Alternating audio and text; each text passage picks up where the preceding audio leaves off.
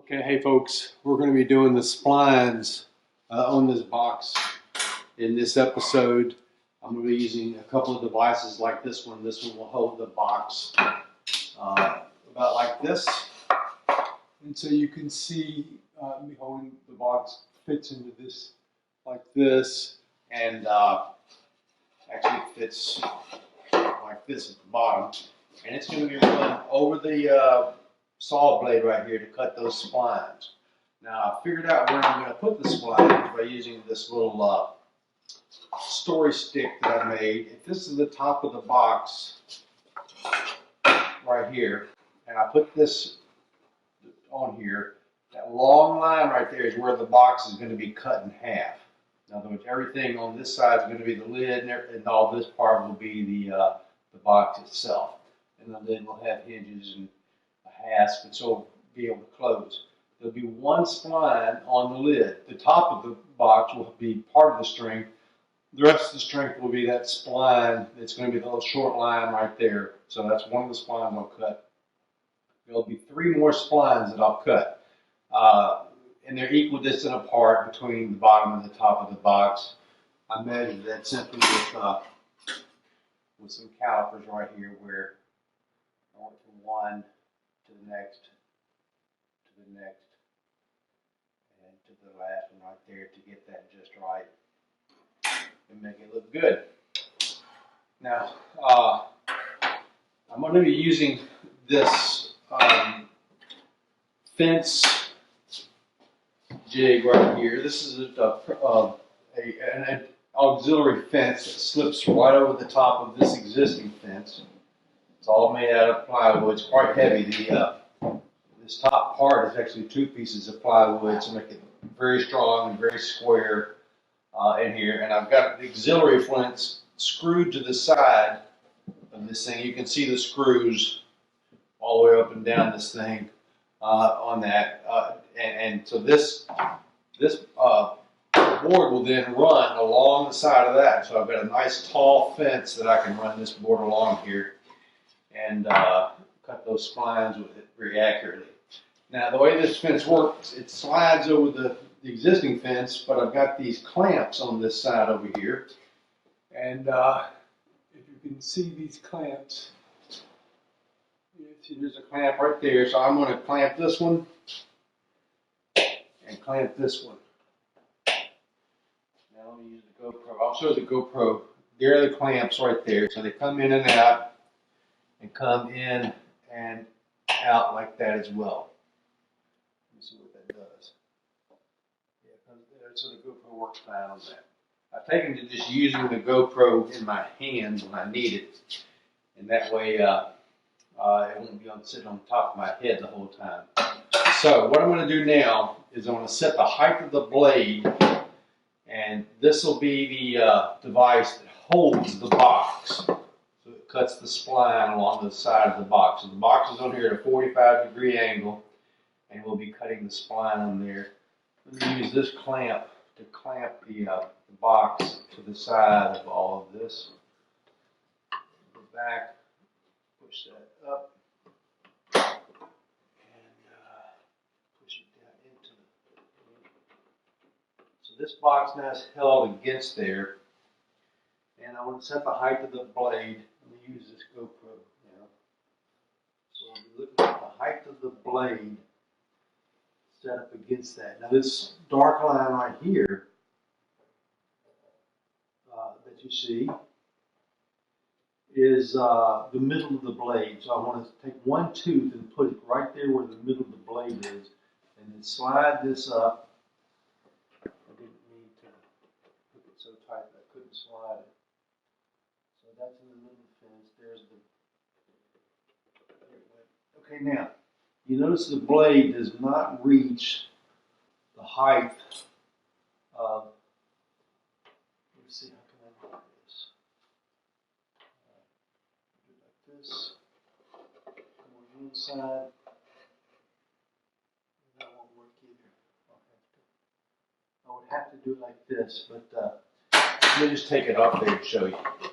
Matter of fact, I'll just draw a pencil line here. So let's say this corner is the corner we're going to start with. And so we'll measure against that. By putting this 45-degree angle on the box like this, you can see with the GoPro what I'm doing is there's the I'm going to go down and get rid of that hole right there where you can't see it, and then I'm going to draw a little mark across that. So I drop a little bit below that. I want the height of the blade to go no higher than that mark right there. Actually, that looks a little. I need a little bit more depth than that. I want to go maybe a 16th of an inch or a 32nd of an inch more. So I'm going to try it one more time here. Go to about right there. Okay, that'll work fine. So it gives me a 16th of an inch clearance on that box. And so when I hold this down here in this device, and I'll use the clamp again to make it tight here.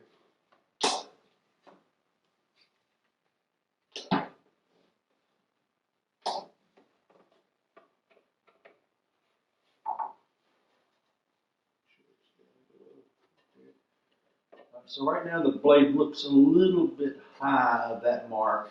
In fact, it just cut it a little bit. So let me move this fence back just a tad. And comes up just almost right at that mark. And so I'm going to see what happens if I drop the blade. One thing I need to do is wear some magnifying glasses that will help me see. I do this from time to time. I need to see something up very, very close. And I'm now looking for the blade handle, dropping it down, trying to get it just below that line. Well, that'll make a good spline joint. I want to take advantage of as much of the wood as possible in order to gain the strength from that spline. So that should do it. That should suffice for every one of our cuts. I'll lock the height of the blade in so it won't change any. And take this clamp off. And we'll be using this against it. Now, this is the storage stick. And you can see that the edge of the box is going to cut into this. And I really don't want to do that. So I'm going to put a filler in here. This is just a piece of 1/4 inch MDF. And I'll just use this for the first cut that we make on this. And I'm trying to figure out which one I want to be the top and which one I want to be the bottom.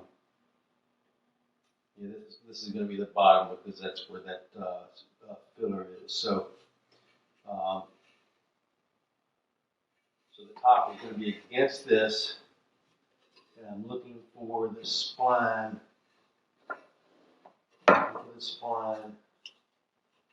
Side of that, and now this is here. I can use this gauge and move the fence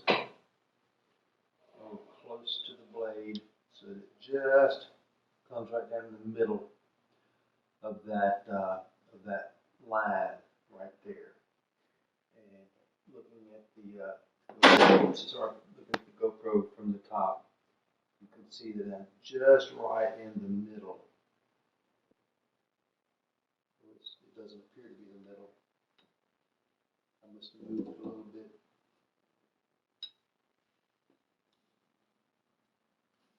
Okay, I think I'm going to have to put my GoPro head lamp on. So what I want to do is adjust this fence. So and I've got this stick pushed up against this fairly tightly on here. And I'm going to adjust this fence in and out until it's just in the middle of that thing. And I'll be doing that several times. So lock that fence down.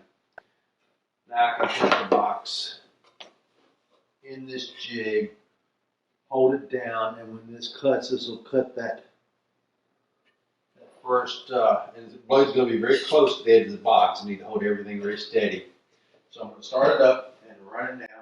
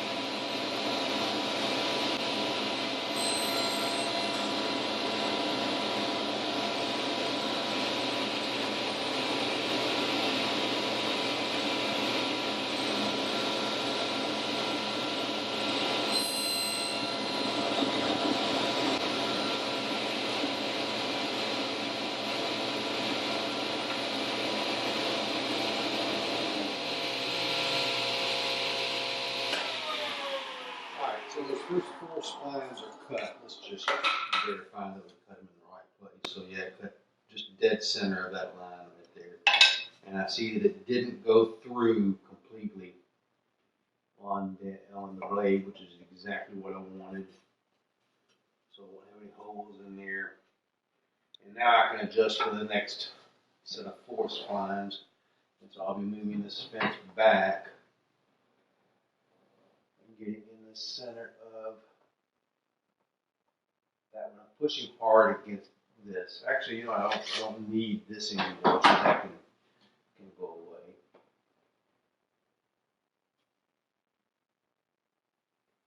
Spacer block. So that'll be the first of the splines from the lower part of the box. And we're measuring everything from the top of the box.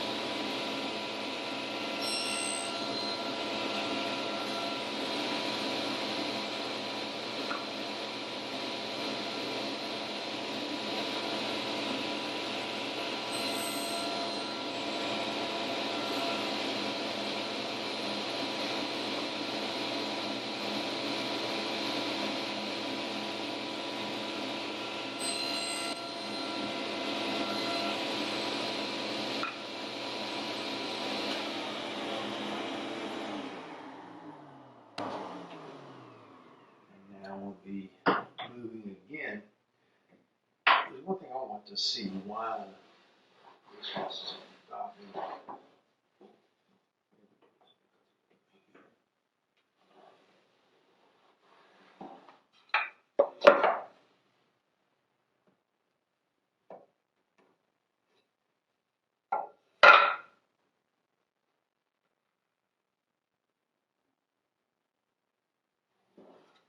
I think it was that riving knife was stopping it.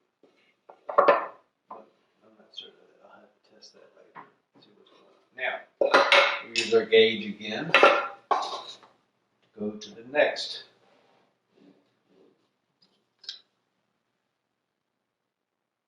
cut. Middle of the next cut. So that's perfect. And I'll put the box in here.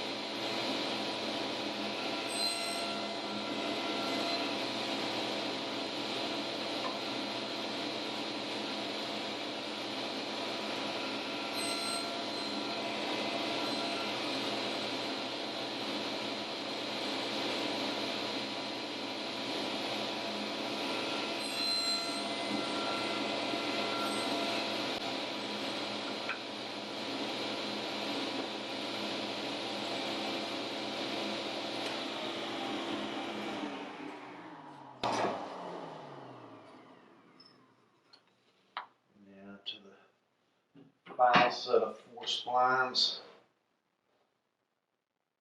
Middle of the blade. Block the fence. 3 on every side. 1, 2.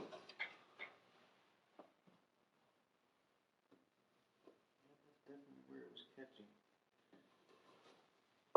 Spline. Well, I've got this. I'm thinking about it.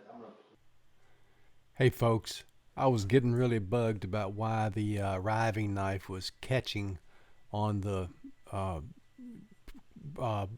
piece as it came through, because the riving knife was slightly above the level of the blade, and it has to be either at or lower than the level of the blade in order for the riving knife to work with a cut that doesn't go all the way through the piece of wood like that. So uh, I knew something was wrong, and I did go back and investigate after I filmed all of this, and sure enough, the last time that the saw stop matter of fact, that's what it's named for. It's got an instantaneous break on it, so that if any flesh touches the blade, it will set the brake off. And believe it or not, I just about cut my finger off one time, and it barely put a scratch on my finger, and that blade instantly dropped down. Of course, it ruins the blade, it ruins the brake, and you have to replace both those parts that are pretty expensive. It's probably about $150, $200 total that you got to spend in order to get this thing fixed. But anyway, what had happened was that when the blade drops down out of sight instantaneously, it has to reset itself in order for it to come back up. And normally the way you do that is you just wind it all the way down to its lowest point, and it automatically resets itself, and then you bring it back up. And that's what I had done. Well, it turns out that I needed to go in there and remove the blade, remove the brake, and all that kind of stuff.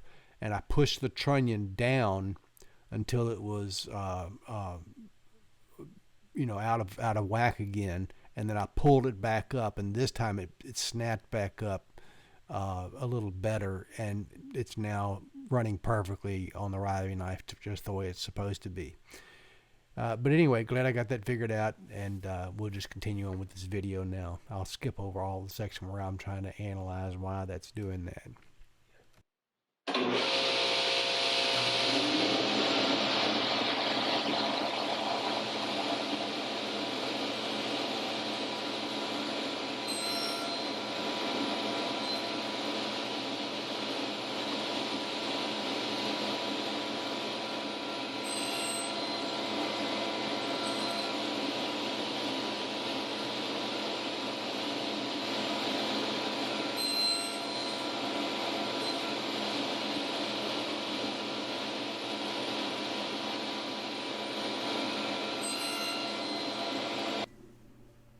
One more thing. By the way, I was watching this video as I was editing it and realized that the reason that those splines were different thicknesses, in other words, the same spline strip would be tight in one place and loose in another, and things like that, is because of this riving knife problem. In other words, I came up against the riving knife and I couldn't keep moving forward. I had to pull backwards over the blade again.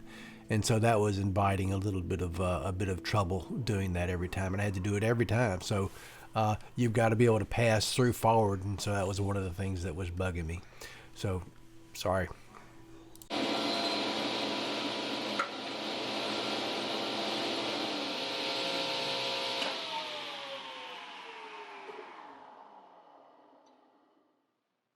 What we'll do now is take this piece of walnut, and we're going to cut this into strips. We'll cut one thin strip off of it. That should be enough to do all.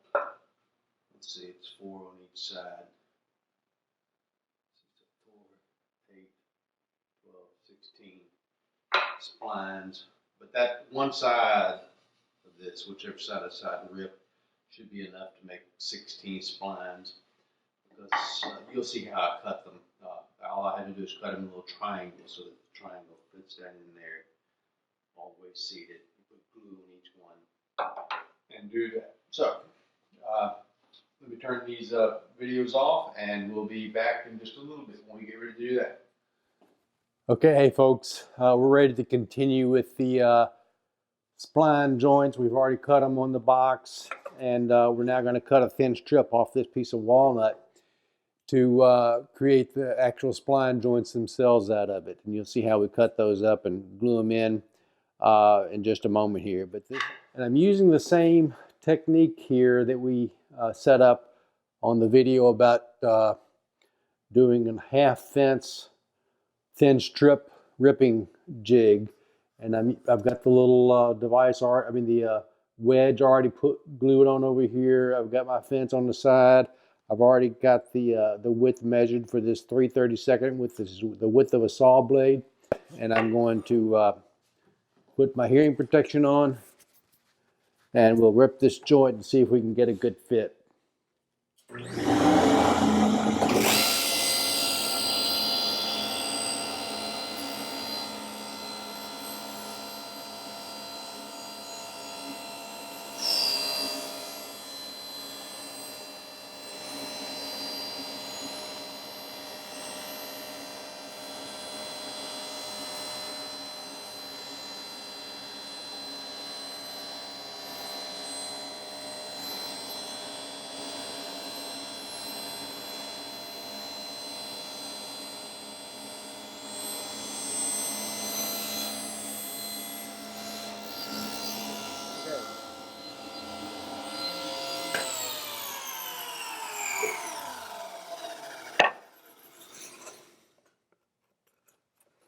That was almost a perfect fit.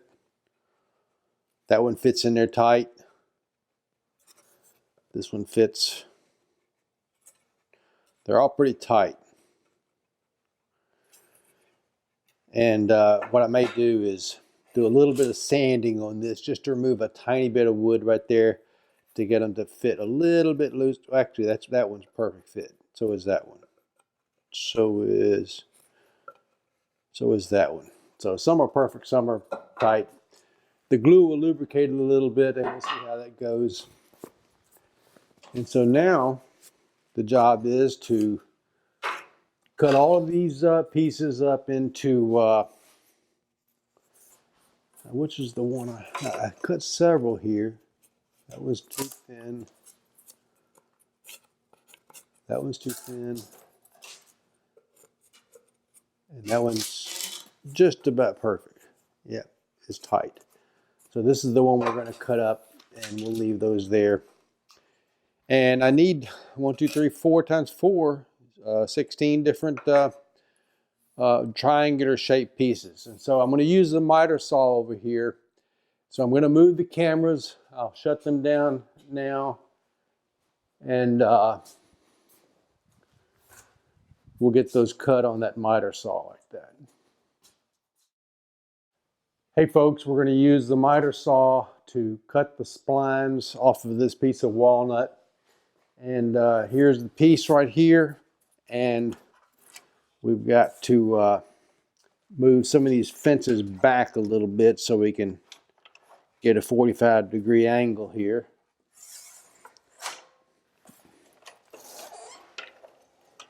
That looks good there. So I can do this 45 and then flip it over and do another one and so forth. I think that's how we'll do it. So we're cutting a bunch of triangles here basically, and they'll each one be glued up into there. So hearing protection. This one automatically turns on the dust collector.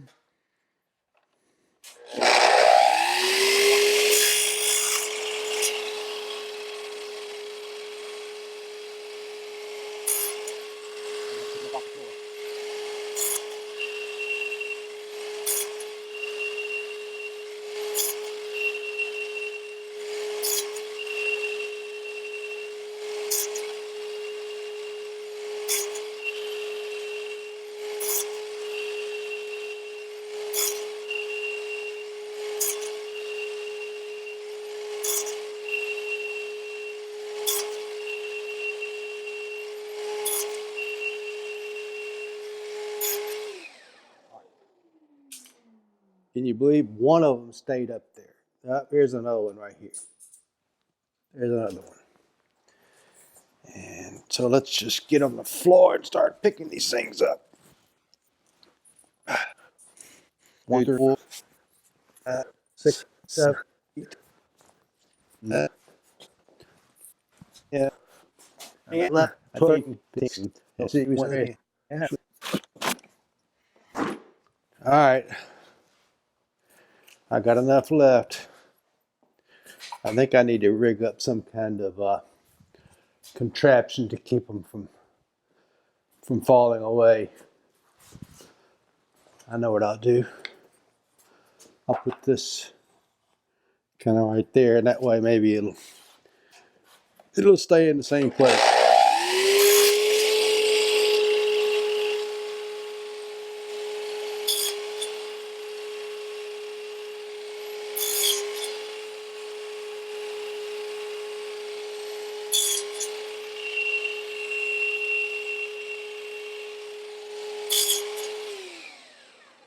One of them fell down, but the rest of them stayed up there. Voila.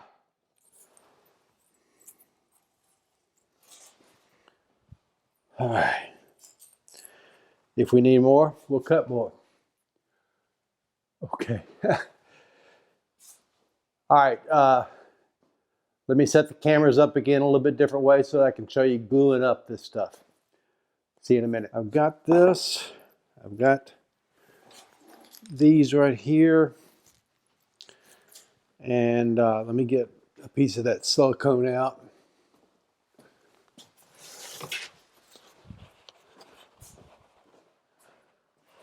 I decided to put that silicone inside some file folders here so that it would be at least protected somewhat from the dust that collects in here. So that should work. And I've also decided that the slick side down is the better way to do this because it doesn't move as badly. See, it kind of sticks to each other. So there's our glue job. Let me get the glue. All right, we've got plenty of glue for that. And let me make sure that camera is going. Okay. So we're still going. All right, here's how we do this. We squeeze a little glue in there, and then we'll put a little glue on the corner of this thing, and we slide it in there and press it until it stops moving. I think I just learned that I don't need to put that much glue in there because it really squeezed out. Put a little drop here and a little drop here and kind of shift it back and forth until it fits in. We want it to be completely bottomed out when they get into this joint.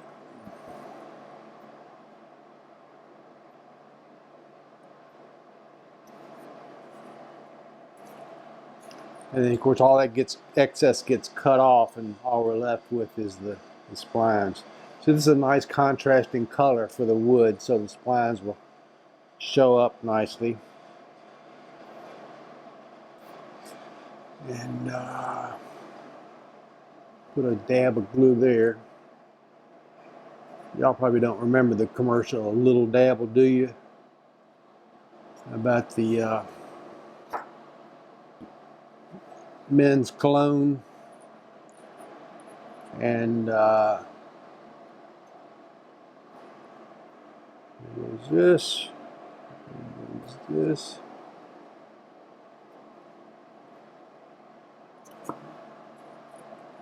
That goes in there. I'm anticipating a problem now coming up here on how to set this down. Oh, wait a minute, I know how to do it. I'll turn it up on its edge where these things won't be touching the bottom there. The glue.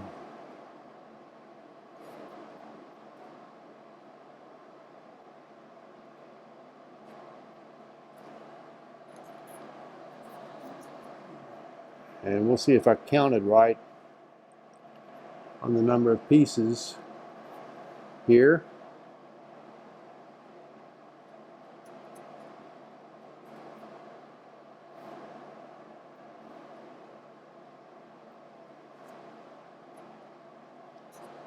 All right, see what I can do now is turn it on its side like this, and the rest of this 1, 2, 3, 4, 5, 6, 7.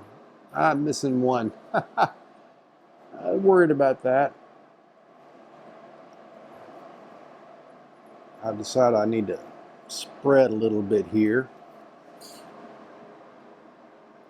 Squeeze from this side. You can get over here where you can see it in the light.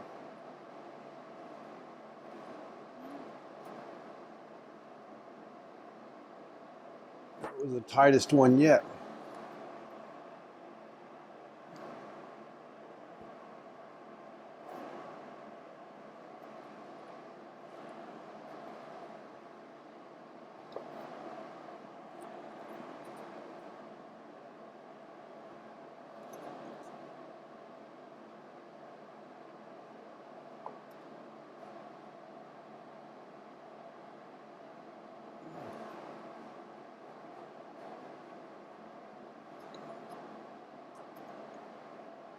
For some reason, all of those on that corner are tight, it seems like. You know what? I do have enough pieces. I have more than I need. That's a good thing.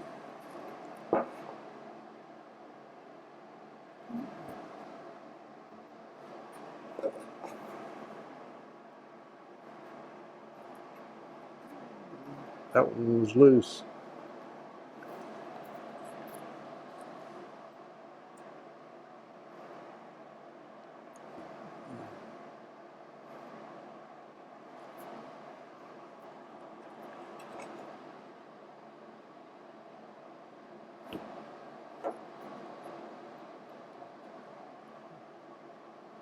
Last piece.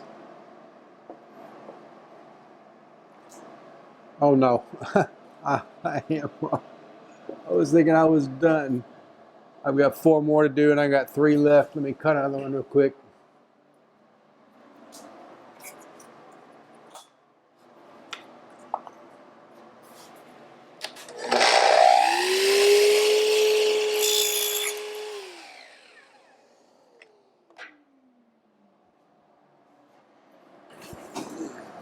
All right, what I'm going to do is try to make this go a little bit faster and put a dollop of glue in every one of these joints here. And then a little bit there, a little bit there.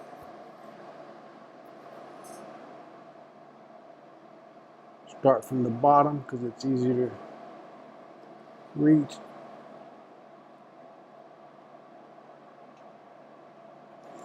That one was really tight. But the glue has enough lubricant on it to, or it acts as a lubricant, I should say, to where I can still squeeze it in there. That one was fairly easy.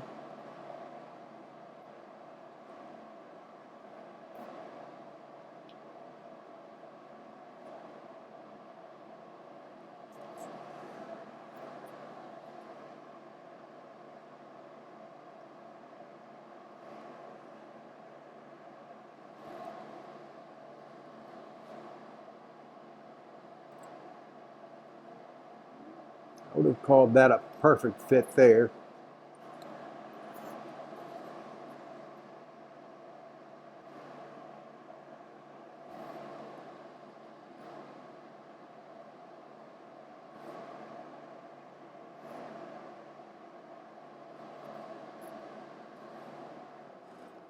Last one. All right, it's all in there. We're going to have a lot of excess glue. We have a lot of trimming to do. I'll show you a special technique we use to trim off all of this. Basically, we want that blade to be as close to the side of this thing. I'm going to use a table saw to trim those ends off. But the question is, how do you ride this thing against it? Well, I'll show you when we get there. Anyway, that's it, folks. Can you see me? Yep. Thanks for watching this. I'll show you later how we cut the sides off. Hey folks, you know the drill. Please click like, subscribe, and click the bell to be notified of any new videos we're coming in. Talk to you later.